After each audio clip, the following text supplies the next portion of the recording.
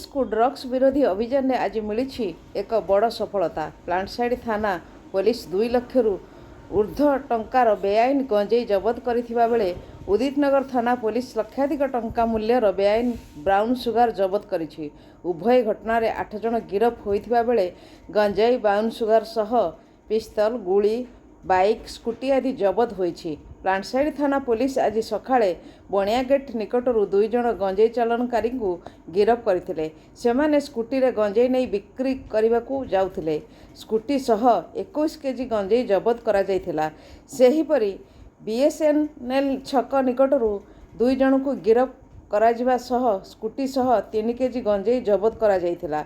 अन्य एक घटना रे उदितनगर थाना पुलिस बासंती कॉलोनी 4 जन निशा द्रव्य चालनकारी को गिरफ करने सह गोटे बाइक सह एक स्कूटी पिस्तल गुली आदि जबत करिसेंती। सेमानक ठारू 33 ग्राम ब्राउन सुगार जबत करा जायछि। समस्त अभियुक्त को कोर्ट चालान करा जायछि।